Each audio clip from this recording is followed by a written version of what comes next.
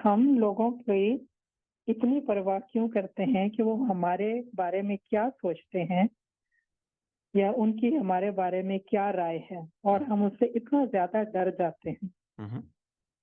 Nice of you ma'am, thank you very much. हम क्यों लोगों से अपनी राय के बारे में डर जाते हैं और उसको इतनी वेटेज देते हैं? वो इसलिए कि हमारी कोई इंडिविजुअलिटी नहीं होती, हमारी कोई, जिसको उर्दू में कहते हैं इनफिरादियत नहीं होती, फर्द से इनफिरादियत नहीं होती। हमें दूसरों की एक्नॉलेजमेंट और एक्सेप्टेंस जो है वो पैदाइशी तौर पे चाहिए, because of by virtue of taking birth in a certain house in a certain environment. जब हम एक घर में पैदा होते हैं तो वहां पर आपको शुरू में ही, जब आप छोटे से बच्चे होते हैं तो उस वक्त आपको बताया जाता है ऐसे करो, ऐसे ना करो, उसकी तरह बनना है। ये जब आप स्कूल में जाते हैं तो कहते हैं कि फलां बच्चे की तरह आपने बनना है, उसकी तरह आपने फर्स्ट आना है। और ये तमाम हमेशा से स्टैंडर्ड सेट कर दिए जाते हैं दूसरे लोगों को सामने रख के। इसीलिए हमारे अंदर जो है ये जो एक नेचुरल एबिलिटी किसी चीज की तरफ होती है। देखें, स्कूलिंग का सिस्टम जो है ना ऑल ओवर द वर्ल्ड ही बर्बाद है। और एक मुल्क है नॉर्वे, उसमें जो स्कूलिंग का भी उन्होंने सिस्टम बनाया, उस स्कूलिंग के सिस्टम की वजह से उनके बच्चे जो है ना वो फ्री थिंकर पैदा होते हैं, वो क्रिएटिव होते हैं, उनकी कम्युनिकेशन स्किल्स, उनकी लैंग्वेज एबिलिटी बाकी तमाम ममालिक से बेहतर हैं। वो दुनिया के 100 में एक नंबर पे थे और वो करते करते अब दुनिया के नंबर 1 नंबर 2 पे हैं। क्योंकि जो एजुकेशन जिस हिसाब से हम लोग चल रहे हैं ना, हमारा इवन अमेरिका का सिस्टम जो है 50-60 साल पुराने तरीके से चल रहा है, जिसमें लोगों को चीज़ें जो है ना वो मग अप करा दी जाती हैं और उसके बाद वो रिप्रोड्यूस कर देते हैं। और कोई जो उनकी जो असल उनकी ज़ात के अंदर जो यंग एज में हमारा जो दिमाग होता है ना, उसकी कैपेसिटी जो होती है वो बहुत ज़्यादा होती है। उसकी एबिलिटी टू कॉम्प्रिहेंड बहुत ज़्यादा होती है। जितनी जल्दी हम चीज़ें सीखते हैं, उस एज में जो हम ट्रैवल अगर हम करें, उस एज, आपने बच्चों का फ़र्क देखा होगा जिन्होंने यंग एज में ट्रैवल किया है, जिन्होंने डिफरेंट स्कूलिंग सिस्टम देखे होते हैं, जिनके माँ-बाप जो हैं वो रीज़न एंड लॉजिक के ऊपर काम कर रहे होते हैं, जिन्होंने उनको एक प्रॉपर स्ट्रक्चर दिया होता है। आप उसमें लड़-झगड़ नहीं रहे होते और पर्सनैलिटी क्लैश का शिकार नहीं होते और अपना फ़ेवरेट बच्चा या अपनी फ़ेवरेट बच्ची या एक-दूसरे के खिलाफ दिमाग में वो चीज़ें नहीं भर रहे होते। इस तमाम ये जब जो एजुकेशन सिस्टम दिया गया है हमको, जो घर का एनवायरनमेंट दिया गया है हमको, और जो हमारी ख्वाहिशात और सोचें जो सोशल मीडिया पे, जो मीडिया पे आपको नज़र आती हैं, जिन लोगों को अवार्ड्स दिए जाते हैं, जिन लोगों को एप्रिशिएट किया जाता है, वो रोल मॉडल्स बन जाते हैं आपके ज़हन में। तो जिन लोगों ने बहुत ज़्यादा पैसे वालों को, अगर बहुत ज़्यादा करप्ट लोगों को, अगर मैनिपुलेटर्स को, इन लोगों को रोल मॉडल बना के पेश किया जाएगा और they can get away with anything, तो हर बंदा जो है, वो वैसा ही आहिस्ता-आहिस्ता गैर महसूस तरीके से, इंटेंशनली एंड अनइंटेंशनली वो वैसा ही बनता चला जाता है और उसकी एक्सेप्टेंस बहुत ज़रूरी होती है। मैं इतने बड़े-बड़े लोगों को जानता हूँ, जो 40, 50, 60, 70 साल के लोग हैं, पूरी दुनिया उनमें से कई लोगों को जानती है, लेकिन आज भी उनका अंदर का जो चाइल्ड है वो हील नहीं हो सका, इनर चाइल्ड हील नहीं हो सका। अबैंडनमेंट इश्यूज़, वो कहते हैं हमें हमारे माँ-बाप ने बचपन में प्यार नहीं दिया। ओ भाई 6-7 बहन-भाई थे, 5, 4, 3, खर्चे चल रहे थे, मामलात थे, हालात थे, या गाँव था, या उसमें कोई ओवरऑल पत्थर के ज़माने की एक जहालत जो है वो फैली हुई थी। उसके बीच में आपको पर्टिकुलर आपको प्यार करते रहते सारा दिन, आपको किया गया था, उन्होंने अपने तरीके से किया था। उस ज़माने में जो प्यार राइज था, उस हिसाब से उन्होंने निगहदाश्त भी की थी, केयर भी की थी आपकी। वो ऐसा ही उस वक़्त कर सकते थे। लेकिन हम और पीछे कई लोग अभी तक अपने माँ-बाप को माफ़ नहीं कर पा रहे। हालाँकि उन बेचारे लोगों ने उस वक़्त उस जहालत के ज़माने के हिसाब से जो जितनी समझ थी, जितना वो पढ़े लिखे थे और जितना वो वर्ल्डली वाइज़ थे, उन्होंने किया अपना। कोई माँ-बाप भी इस तरह नहीं होता, स्पेशली हमारे कल्चर में किसी ने जानबूझ के बच्चे बर्बाद नहीं किए अपने। लेकिन ये हमारे दिमाग के अंदर है कि हमको उस किस्म की मोहब्बत नहीं मिली जैसे हम चाहते थे। ये लोग पूरी दुनिया में, और मेरा वो सेंटेंस आपको याद होगा, जिन लोगों को घर से मोहब्बत नहीं मिलती और एक्नॉलेजमेंट नहीं मिलती, वो जब बाहर से मोहब्बत और एक्नॉलेजमेंट लेने के लिए निकलते हैं तो उसकी बहुत भारी-भारी कीमत अदा करनी पड़ती है उनको। स्पेशली इस ज़माने में, सोशल मीडिया के ज़माने में, कैमरे के इस ज़माने में, वीडियोज़ और ऑडियोज़ के इस ज़माने में। तो बहुत मुश्किल हो जाती है इस तरह की ज़िंदगी। सो दूसरे लोगों को हम एक्सेप्टेंस, इसलिए कि हमारी कोई ज़ात नहीं है। एक्चुअल में एग्ज़ैक्ट वर्ड्स होना चाहिए इंडिविडुअलिटी के लिए, इनफ़रादियत की, हमारी कोई ज़ात नहीं है। हमारा कोई स्टैंड पॉइंट नहीं है। हम जो चीज़ें कहते हैं उसके लिए हम लड़ते नहीं हैं। उसके लिए हम कोशिश नहीं करते।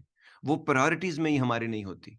हम वैसे तो प्रायोरिटीज में है, हमारी खुदा है प्रायोरिटीज में, लेकिन हम दिन में 100 काम ऐसे करते हैं जिससे पता ये चलता है कि हम रब को ना जानते हैं, ना मानते हैं, ना उसकी कोई मानते हैं। टकरे मारने का अगर हमने नाम रखा हुआ है तो वो करते रहें, बेशक उससे रिजल्ट थोड़ी आने हैं। कितने मुसलमान हैं दुनिया में से? 1.2 बिलियन से भी ज्यादा हैं।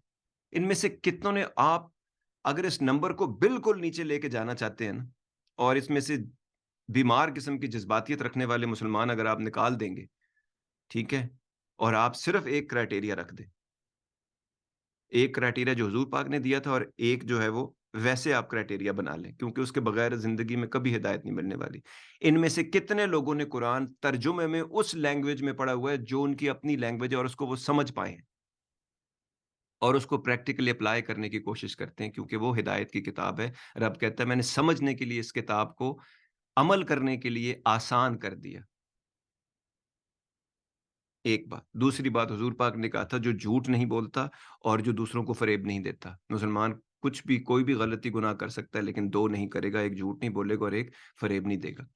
इन तीनों स्टैंडर्ड्स की एक कसौटी बना लें, ठीक है? लिटमस टेस्ट जिसको कहते हैं, कसवट्टी बना लें, ठीक है? वो पत्थर जिस पे लाइन लगाने से पता चल जाता है ये सोना है या पीतल। तो कस रगड़ने को कहते हैं, वट्टी पत्थर। वट्टा होगा तो बड़ा, वो जो हमारी अकल पे पड़े हुए हैं ना वो वट्टे थे। जो कौम लूत पे पड़े थे वो भी वट्टे थे, ठीक है? और अब वटे बर्गर हो गया है जी। ठीक है, वो बर्गर के साथ हमने क्या खेल खेला इस वक्त, क्योंकि आ रहा था बीच में लाइन में तो हमने कहा जोड़ दीजिए इसको, साथ कंटेंट बन रहा है ना साथ। तो ये वो तमाम चीजें हैं जिसकी वजह से हम इन मसाइल का शिकार हैं कि हम कुछ भी हम कहते हैं उसका कोई मतलब नहीं। जब लोग वादा करते हैं, उसका कोई मतलब नहीं होता। यकीन करें जो लोग मेरे इर्द-गिर्द वादे, अब मेरी ज़िंदगी इतनी आसान हो गई है कि मैं जब एक्शन देखता हूँ, तो वादे का कोई मतलब नहीं रहता। और उसमें से जो अपना वादा पूरा करता है, मैं उसको उस हिसाब से अपनी ज़िंदगी में जगह देता हूँ और उसी हिसाब से उसके साथ मैं मामला रखता हूँ। जो लोग कहते हैं हम आपसे मोहब्बत करते हैं, उसका कोई मतलब नहीं है। जब आप सुनते नहीं, समझते नहीं, कोई काम की बात आप नहीं करना चाहते और आप उस रास्ते पे हैं ही नहीं, तो करते रहें घर बैठ के मोहब्बतें। इसीलिए अब लोग मुझसे जब ज़्यादा मोहब्बतें वगैरह करते हैं, लोग कहते हैं आपको प्रेशर नहीं एहसास फ़ील होता? मैं कहा नहीं, अब इसका कोई मतलब ही नहीं रहा जो जिस तरह की हरकतें लोग कर रहे होते हैं। वो घर बैठ के उनको एक प उबाल आया हुआ है, कढ़ी में जैसे उबाल आता है, वो भी बासी में। इसी तरह वो कहते हैं जी हम इज़्ज़त करते हैं, तो क्या जो मैं बोल रहा हूँ उस पे कोई अमल करते हैं, उसको सुनते हैं, उस पे कोई ध्यान देते हैं, उसको कोई अप्लाई करने की आप कोशिश करते हैं? नहीं, तो मेरे तो किसी काम के नहीं आप। ठीक है जी? तो बिल्कुल इसी तरह बहुत सारी बातें जो कुछ भी ये लोग कह रहे होते हैं कि मेरी ज़िंदगी का ये मकसद है। मैंने इतने लोगों की पिछले 20-25 साल में हेल्प की, जो ये कहते थे कि मेरा ये मकसद है, मेरी ज़िंदगी का ये मेरा ये पैशन है। मैं इस चीज़ को ऐसे करना चाहता हूँ, जैसे चाहती हूँ। उनमें से सिवाय 2% लोगों के 98% रास्ते में सारे निकम्मे थे, वो अपना काम नहीं कर पाए। और अगर उनको काम अपना आता भी था, तो वो रिज़ल्ट ही नहीं ला पाते। तो कब तक कोई बर्दाश्त करता रहेगा ये सारी चीज़ें? और उससे जब जैसे ही आपने वो उसमें से आप निकले बाहर, हल्के हो गए आप, प्रेशर कम हो गया। क्योंकि एक एक्सपेक्टेशन सी एक लग जाती है कि भई एक आदमी ये काम करना चाहता है।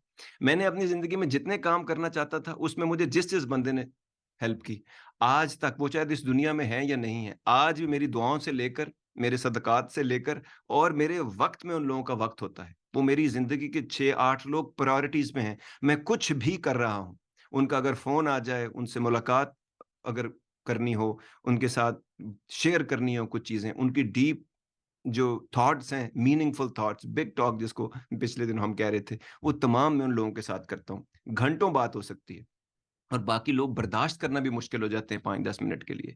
तो इसका क्या मतलब है? इसका मतलब है जो आपके रूह के सफ़र में आपके साथ हैं, जो आपके मकसद में आपके साथ हैं, वो लोग जब तक आपके साथ नहीं होंगे, तब तक आपको दूसरों की एक्नॉलेजमेंट की ज़रूरत पड़ती रहेगी।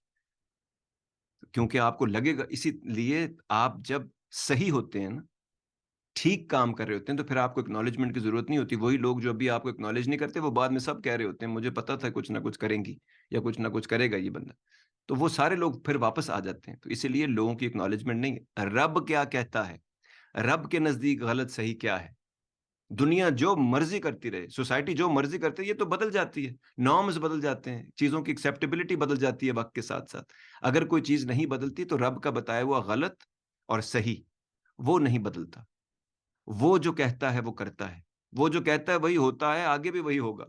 तो मैंने क्या किया आखिर में, मैंने ये पकड़ लिया कि वो क्या कहता है और उसके हिसाब से मैं अपने आप को अलाइन कर लूँ और उसके रास्ते पे जितने लोग होंगे वो वैसे ही मेरे साथ थे और होंगे, और जो नहीं हैं, वो नहीं होंगे। मैं आपको एक तरीका बताता हूँ, अगर आप चाहते हैं कि आपके इर्द-गिर्द बहुत लोग हैं, आपके बहुत दोस्त हैं, हर कोई आपको बुला रहा है, आप सच बोलना शुरू कर दें। आप जैसे फ़ील करते हैं ना जब कोई गलत बात करे तो उसको गलत कहना शुरू कर दें। बहुत जल्द आपके इर्द-गिर्द सिर्फ़ 8-10 लोग रह जाएँगे और वही लोग असल लोग। बहुत जल्द ऐसा हो जाएगा और मेरे अपनी ज़िंदगी में भी ऐसा ही हुआ, और लेकिन इतना हल्का-फुल्का हो जाता है। लेकिन मेरे जितने इर्द-गिर्द लोग हैं और जो हमारे दोस्त हैं, वो सब के सब, अगर लोगों की उनको एक्नॉलेजमेंट ना मिले, अगर उनको पार्टीज़ में ना बुलाया जाए, अगर वो हर चीज़ को पॉलिटिकली करेक्ट होकर ना बोलें या उनको सोचें, तो उनकी जान चली जाती है, रातों को उनको नींद नहीं आती। Whatever I have been saying in the last 15 years on this show and in my life, I believe it to be true, not that it's correct. ठीक है? मुझे दिलो-जान से पता है, जितनी मैंने आपको जितनी बातें बताई, जो नहीं बताने की वो नहीं बताई, जो प्राइवेट है वो प्राइवेट है, जो आपकी जगह और हक नहीं बनता वो नहीं बताई। लेकिन जो कुछ मैंने ओवरऑल आपको इस शो के तवज्जुद से इतने सालों में बताया, 16 सालों में, हज़ारों घंटों में मैंने आपको बताया, believe it to be the truth. जो रब से और जो मैंने अपनी ज़िंदगी से, तजुर्बात से, एक्सपीरियंसेस से, हज़ारों लोगों से मिलने से ये सब कुछ निकाला है, मैंने उसका क्रक्स आपको बताया, I believe it to be true, but I am not saying it's correct. Correct क्या है वो आप बताएँ। आपका करेक्ट क्या है? आपका ट्रूथ क्या है? जब तक आप अपना ट्रूथ नहीं बताएँगे, तब तक आपकी लोग आपके उस ट्रूथ से अलाइन करने वाले लोग कभी आपको नहीं मिलेंगे। उस किस्म के लोग कभी आपके दोस्त नहीं बनेंगे, उस किस्म के लोगों से कभी आपके रिश्ते नहीं बनेंगे और कभी वैसा एनवायरनमेंट नहीं क्रिएट होगा। इसीलिए आपका अपना ट्रूथ बहुत इम्पोर्टेंट है, और जब ये सामने आ जाएगा, तो फिर इसको रियल ट्रूथ के साथ अलाइन करना बहुत आसान हो जाएगा, क्योंकि आप uh, more an impostor, you are not an actor anymore. You are yourself, the authentic self, जो आपकी असल ज़ात है, चाहे गलत है या सही है। जैसे ही ये पता लग जाएगा आप कौन हैं, तो उसके बाद आपके अंदर इतनी हिम्मत पैदा हो जाएगी कि दुनिया क्या कहती है इससे आपको फ़र्क नहीं पड़ेगा। फिर आप देखेंगे कि ये जो मैं करता हूँ ये गलत है या सही है, और उसको फिर आप रियल ट्रूथ के साथ, रब के साथ अलाइन करने की कोशिश करेंगे, क्योंकि इल्म क्या करता है? अमल में आसानी पैदा कर देता है। अमल की तरफ आपको लेके जाना शुरू हो जाता है, और जैसे-जैसे आप अमल करते हैं, रिज़ल्ट्स आते जाते हैं, आपका ईमान पक्का होता जाता है। एक्चुअल में इतना ही सिंपल है ये, लेकिन हम लोग इसको इतना इंटेलेक्चुअलाइज़ करके और इसको इतना फिलोसॉफ़िकल करके, और उस फिलॉसफीज़ भी हम वो बताते रहते हैं जो लाइफ़ में अप्लाई नहीं हो सकती हैं या प्रैक्टिकली नहीं है, ठीक है? तो उसमें आप आहिस्ता-आहिस्ता चीज़ें बढ़ती चली जाएँगी।